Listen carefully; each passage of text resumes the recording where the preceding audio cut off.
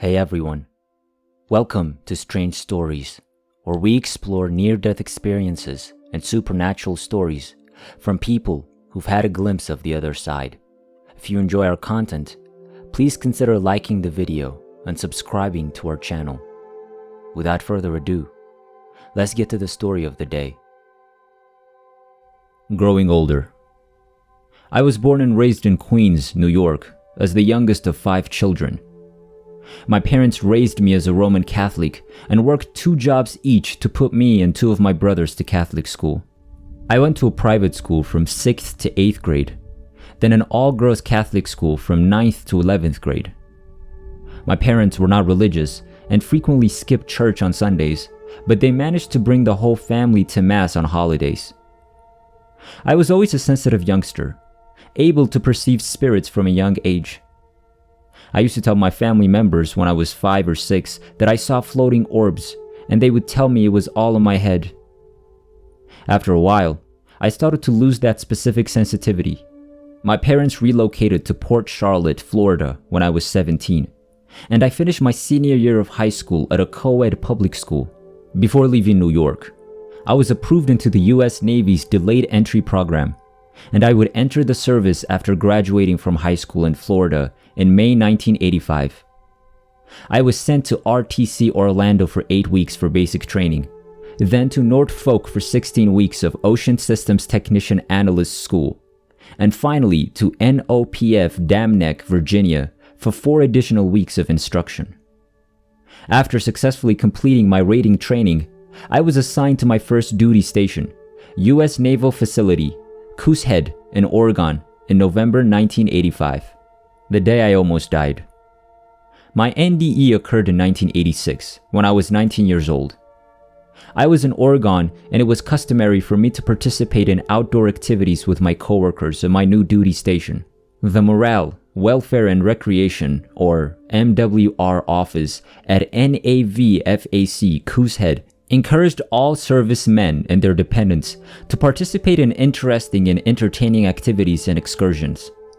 ATVs, RVs, camping equipment, paddle boards, boats, fishing and surfing gear may all be rented. MWR also provided a variety of sporting activities and weekend tickets to other events. A day trip to go whitewater rafting on the Rogue River was one of their offers. It was fun, but I'm not a terrific swimmer. Everyone in my watch section was going, so I was soon pressed to sign up for the whitewater rafting excursion. I grudgingly purchased a ticket in order to join my coworkers on the Rogue River group tour in May. Because spring had arrived and melted the snow in the mountains, the current was higher and faster than usual that year. During the morning, I paddled through the Class 2 and 3 rapids in an inflatable, cellular, one-person kayak. The paddling appeared to be simple, and the movement of the water and talk surrounding me looked relaxing. The great majority of the rapids were relatively gentle. We halted at midday for lunch and a respite before continuing our journey to the considerably more difficult areas of the river. After a few more rapids in the Mule Canyon, our guide guided our group into Blossom Bar, the most perilous section of the Rogue. The river's Class 4 stretch was jammed with massive stones and swirling holes that looked like vortices. To avoid getting carried into a lineup of rocks known as the picket fence, I had to make a critical left-to-right paddling maneuver through the swirling water to pass the stones. My failure to do so swiftly resulted in a collision with the boulders and a roll out of the kayak into the frigid water. Despite wearing a life jacket, the current carried me directly into a scorching hole of tumultuous water. The chilly water made me gasp, and I inhaled river water deep into my lungs as a result. I became bewildered in the water, losing my spatial orientation. I could see the sky above, but couldn't go to the surface to obtain some fresh air. The current drew me down the harder I resisted it. As panic set in, my lungs burned. I thought I was going to die there, and the last thing I remember saying was, "God, please help me." Without air, I became weaker and eventually stopped fighting. I became limp in the cold blackness of the sea, and I suddenly couldn't feel the waters burning and aching in my lungs. The blackness surrounding me became absolutely white, and I felt like I was rushing through a tunnel at light speed. As the anguish faded, I felt at peace with myself and the world around me. Pure, unconditional love radiated all around and into me. Love wrapped itself around me like a warm blanket from an unknown source. As I exited the tunnel, I became aware of visible elements of my body, such as my hands, arms, and chest. I couldn't see any feet when I looked down. I did notice a silver cable with a luminosity attached to my body. Looking around, I noticed a room that appeared to be made of pure white clouds, yet wasn't. There were 3 dazzling crystal entities in the room. A rainbow formed as light shone through them like a glass prism. One was bigger than the other 2, but they all spoke to me. I was terrified of them, and they seemed to recognize it. They instantly changed into what I recognized as angels. They didn't have bird wings. Instead, they had threads shaped like wings, and pure light shined through the fibers, generating hues of all shades. Their messages were delivered telepathically as they spoke. They were able to read my mind. When I looked into their eyes, I saw brilliant hues that changed and shifted like electric sparks. It was almost as if I were watching a DVD that was still in the player. And their eyes shone with affection, as if I were the most exquisite creation God had ever created. It seemed as if they knew everything about me, and I wasn't bothered by the fact that they did. The bigger angel stated, "You arrived too soon. The time for you to be here has not yet arrived. You must return to Earth and complete your mission. But since you're here, we'll show you around." The larger angel was holding a massive book, although its pages seemed more like images than words. I witnessed scenes throughout my life, beginning with my conception and ending with my fall from the kayak into the river.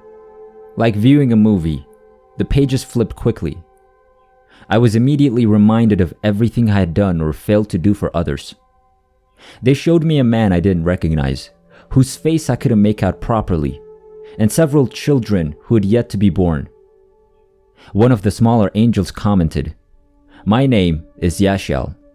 I've been with you since the beginning of time, and I'll be with you forever. You must return. You must be available to them. I'll show you what you have to look forward to till then, after which you must return to your body." Yashiel and I were instantly transferred to the center of a big golden field. I could hear and feel the most wonderful music pouring through me. As the breeze blew against the tall golden wheat stalks, I could feel the energy of everything living around me. Animals, plants, and the elements. I was among them. I looked up and saw a gigantic ball of light enveloping me in the purest, warmest light, and I felt God touch my skin. He recognized me and loved me regardless of how imperfect my earthly life had been. I was complete and perfect. I had no discomfort. The angel lifted me higher, and I felt like I was soaring indefinitely. I could see a massive waterfall with no beginning or finish. Here, love and serenity reigned supreme. I felt the presence of loved ones who had died, but I couldn't see them. We crossed the golden field, where there was a rural gate, and beyond that, a massive tree with a canopy of golden leaves. When the breeze hit the leaves, they flew off the tree's branches in the shape of several colorful birds. A lake existed nearby, and it flowed on both sides of the boundary. When I gazed down into the sea, it had the gleam of liquid mercury. However, when you look through it, you can see individuals who live on Earth. Yashiel spoke once more. "I've been with you from the beginning of time, and I'll be with you forever. You are unable to pass through the barrier. It is time for you to return to your earthly existence. You must first complete your work." Words could not explain how sad I was to leave that area. I pleaded with him to let me stay. He stated, "I will come for you when the time comes. However, currently." With that, he yanked my spirit back into my earthly body with such force that I popped out of the stone pit that had held me beneath the sea. As I gasped and took a frightened breath of air, all of the water I had inhaled flew out of my lungs. I became aware of the agony in my chest almost instantly, as well as the fingers of a rescuer clutching the back of my life vest.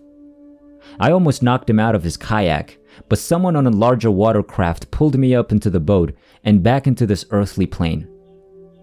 It took me a long time to find out why I'm here, and I'm still puzzled as to why I'm here. After nearly drowning, I did some study on the Rogue River. Since my NDE, over 21 individuals have died at Blossom Bar. They died, but I lived. Because of my NDE, I am closer to God, and I understand that life is a series of parallels and choices, rather than a series of consequences. My decisions have an immediate impact on others around me. Because we're all intertwined, my mission had not yet been completed. It would take years for me to discover that I was born to heal others. Following my NDE, my sensitive abilities grew stronger. I have empathy. I can hear folks beyond the veil speaking to me, but I have yet to train my physical sight to see spirit properly. My NDE has been and will continue to be the most profoundly metaphysical experience I've ever had. Writing this recall of my experience pushed me to tears because my words pale in contrast to everything I saw, felt, and heard throughout my voyage into a beautiful dimension. I am aware that there are realms other than this one, and that I'm here for a reason. I have a mission, and I will stay until it is completed.